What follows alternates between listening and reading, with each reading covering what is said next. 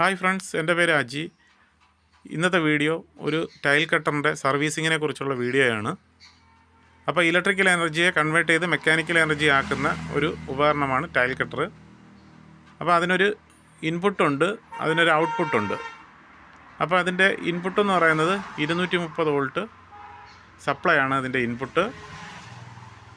അതിൻ്റെ ഔട്ട്പുട്ട് എന്ന് പറയുന്നത് നമുക്ക് ഒരു റൊട്ടേഷൻ മെക്കാനിക്കൽ എനർജിയാണ് അവിടെ ഔട്ട്പുട്ടായിട്ട് കിട്ടുന്നത്.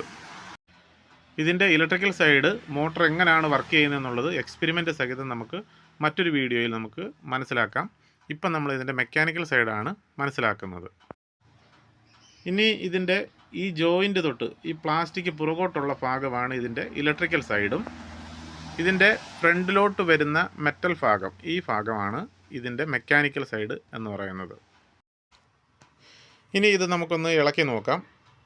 ഇതിൻ്റെ അകത്ത് വരുന്നത് ഈ കാണുന്നത് അതിൻ്റെ ഫീൽഡ് കോയിലാണ്.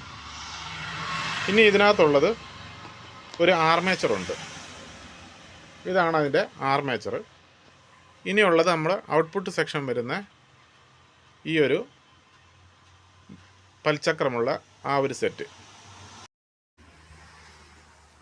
ഇതുപോലാണ് നമ്മുടെ ടൈൽ കട്ടറിനകത്ത് ഈ മോട്ടർ ഇരിക്കുന്നത്. ഇനി ഇതിൻ്റെ ആർമേച്ചർ എടുത്ത് നോക്കാം. ഈ ആർമേച്ചറിൻ്റെ ഫ്രണ്ടിലൊരു ബെയറിംഗ് ഉണ്ട്, ഫ്രണ്ടിലൊരു പൽചക്രമുണ്ട്. അതുപോലെ തന്നെ ഇനി അതിൻ്റെ പിറകുവശത്ത് ഒരു കമ്മ്യൂട്ടേറ്ററിൻ്റെ ബാക്കിലായിട്ട് ഒരു ബെയറിംഗ് ഉണ്ട്. ഈ രണ്ട് ബെയറിംഗ് ആണ് ഈ ഫീൽഡ് കോയിലിനകത്ത് ഇതിനെ ബാലൻസ് ചെയ്ത് നിർത്തുന്നത്. ഇനി ഫ്രണ്ട് ബെയറിംഗ് പോയി കഴിയുമ്പോൾ, ഈ ഫ്രണ്ടിൽ കാണുന്ന ബെയറിംഗ് കംപ്ലൈൻ്റ് ആയി കഴിയുമ്പോൾ, ഈ ആർമേച്ചറിൻ്റെ ഭാഗം ഈ ഫീൽഡുമായിട്ട് ഒരഞ്ഞ് മോട്ടർ കത്താൻ സാധ്യതയുണ്ട്. ഈ ആർമേച്ചറിൻ്റെ ഫ്രണ്ടിലത്തെ ഈ ഭാഗമാണ് ഫ്രണ്ട് ബെയറിംഗ് പോയി കഴിയുമ്പോൾ കംപ്ലൈൻ്റ് ആവുന്നത്. ഇനി ഇതിൻ്റെ രണ്ട് പൽചക്രങ്ങൾ എങ്ങനെയാണ് വർക്ക് ചെയ്യുന്നതെന്ന് നോക്കാം. അപ്പോൾ ആർമേച്ചർ റൊട്ടേറ്റ് ചെയ്യുമ്പോൾ അതിനകത്ത് വരുന്ന ആ ഒരു പൽചക്രം നമ്മുടെ ബ്ലൈഡ് ഇടുന്ന ഭാഗത്ത് വരുന്ന ഷാഫ്റ്റിൽ വരുന്ന പൽചക്രത്തെ കറക്കുമ്പോഴാണ് നമ്മുടെ ഈ ഷാഫ്റ്റ് നമുക്ക് ഫ്രണ്ടിൽ റൊട്ടേറ്റ് ചെയ്യുന്നത്. ഇതിന് RPM ഉണ്ട്, അത് അതിൻ്റെ ബോഡിയിൽ എഴുതിയിട്ടുണ്ട്. ഇനി ഈ ഫ്രണ്ടിലത്തെ ബെയറിങ് കംപ്ലൈൻ്റ് ആണെങ്കിൽ നമ്മൾ ആ ഷാഫ്റ്റിനകത്ത് പിടിച്ച് ഒന്ന് ഷേക്ക് ചെയ്യുമ്പോൾ നമുക്ക് അത് നല്ലോണം ഷേക്ക് ആവുന്നുണ്ടെങ്കിൽ അതിൻ്റെ ബെയറിങ് പോയതാണ്. അതുപോലെ തന്നെ ബെയറിങ് പോയി കഴിഞ്ഞാൽ ഈ രണ്ട് പൽചക്രങ്ങളുടെയും ബാലൻസ് നഷ്ടപ്പെട്ടിട്ട് അത് തങ്ങളിൽ അരഞ്ഞു പോകും.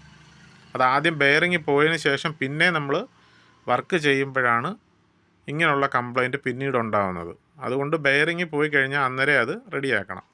ഇനി ഇതിൻ്റെ ബോഡിയിൽ നോക്കുമ്പോൾ ഇൻപുട്ട് 230 സപ്ലൈ, ഔട്ട്പുട്ട് RPMൽ എഴുതിയിട്ടുണ്ട്. 1 മിനിറ്റിൽ എത്ര റൊട്ടേഷൻ ഉണ്ടെന്നുള്ളതാണ് എഴുതിയേക്കുന്നത്.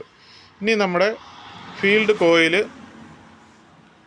അതിനകത്തേക്ക് നമ്മുടെ ആർമേച്ചർ ഫിറ്റ് ആക്കുകയാണ്. ആർമേച്ചറിൻ്റെ ക്യാപ്പ് നമ്മൾ ഇടുന്നു. അതിനുശേഷം ആർമേച്ചറിനെ നമ്മൾ ഫീൽഡ് കോയിലിനകത്തേക്ക് കടത്തി വെക്കുന്നു. ഇനി അതിനുശേഷം അതിൻ്റെ ബോഡി കവർ നമ്മൾ ഫിറ്റ് ചെയ്യുകയാണ്. ആ ബോഡി കവറിന് 3 സ്ക്രൂ ആണ് വരുന്നത്.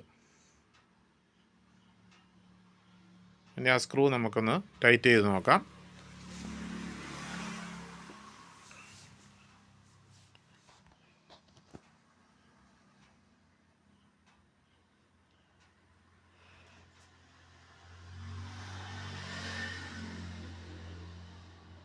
ആ സ്ക്രൂ നമ്മൾ ടൈറ്റ് ചെയ്ത് കഴിഞ്ഞു. ഇനി അടുത്തതായിട്ട് അതിൻ്റെ ഫ്രണ്ട് ഭാഗം നമ്മൾ ഫിറ്റ് ചെയ്യുമ്പോൾ നമുക്ക് അതിനകത്തൂടെ കാണാൻ പറ്റും ആ ആർമേച്ചറിൻ്റെ എൻഡ്, ആ പൽചക്രം അതിൻ്റെ ഉള്ളിലൂടെ നമുക്ക് കാണാൻ പറ്റും. അവിടെ എല്ലാം നമ്മൾ ഗ്രീസ് ഇട്ട് കൊടുക്കണം. അതുപോലെ തന്നെ ഇതിൻ്റെ ഈ ഒരു ഭാഗത്ത് ഒരു ചെറിയ ബെയറിംഗ് ഉണ്ട്. എന്ന് പറഞ്ഞാൽ നമ്മുടെ ബ്ലൈഡ് കറങ്ങുന്ന ആ ഒരു യൂണിറ്റിൻ്റെ എൻഡിൽ, 2 എൻഡിലായിട്ട് 2 ഭാഗത്തായിട്ട് ആ 2 ബെയറിങ്ങിനകത്താണ് ഇത് ബാലൻസ് ചെയ്ത് ഓടുന്നത്. അപ്പോൾ അവിടെ എല്ലാം നമ്മൾ ഇടയ്ക്കൊക്കെ ഇളക്കി ഗ്രീസ് ഇട്ട് കൊടുക്കണം. അത് ഈ വീഡിയോയുടെ ലാസ്റ്റ് ഞാൻ കാണിക്കാം. അത് ഗ്രീസ് ഇല്ലാതെ വരുമ്പോൾ എന്താണ് അതിൻ്റെ പ്രശ്നം എന്നുള്ളത്. ഇനി അതിൻ്റെ ആ പ്രൊട്ടക്ഷൻ കവർ ഇട്ട് നമുക്കത് ടൈറ്റ് ചെയ്യാം. അതുപോലെ തന്നെ ഈ ആർമേച്ചർ ചൂടാവാനുള്ള മെയിനായിട്ടുള്ള കാരണവും ഇതുപോലെ ബെയറിങ് പോയി കഴിയുമ്പോഴാണ്. ബോഡി ഓവറായിട്ട് ചൂടാവും, ഫ്രീ ആയിട്ട് മെഷീൻ കറങ്ങത്തില്ല. ആ ഒരു കംപ്ലൈൻ്റ് എല്ലാം ഗ്രീസിൻ്റെയും ബെയറിങ്ങിൻ്റെയും പ്രശ്നം കൊണ്ടാണ് വരുന്നത്. ഇനി നമുക്കിതിനെ ഒന്ന് ഓണാക്കി നോക്കാം.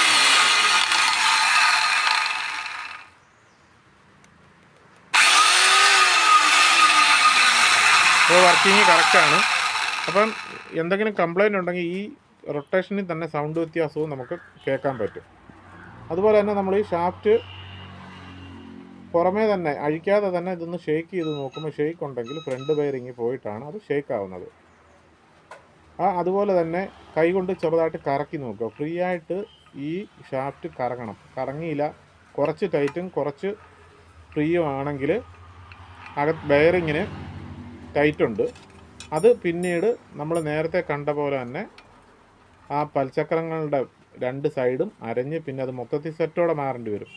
അപ്പോൾ മെയിൻ്റനൻസുകളെല്ലാം കറക്റ്റായിട്ട് ചെയ്യുക. മെഷീൻ ഓവർ ഹീറ്റ് ആവാതെ നമുക്ക് ഒരുപാട് നാൾ ഉപയോഗിക്കാൻ വേണ്ടി നല്ല രീതിയിൽ തന്നെ മെയിൻ്റനൻസ് ചെയ്ത് പോവുക.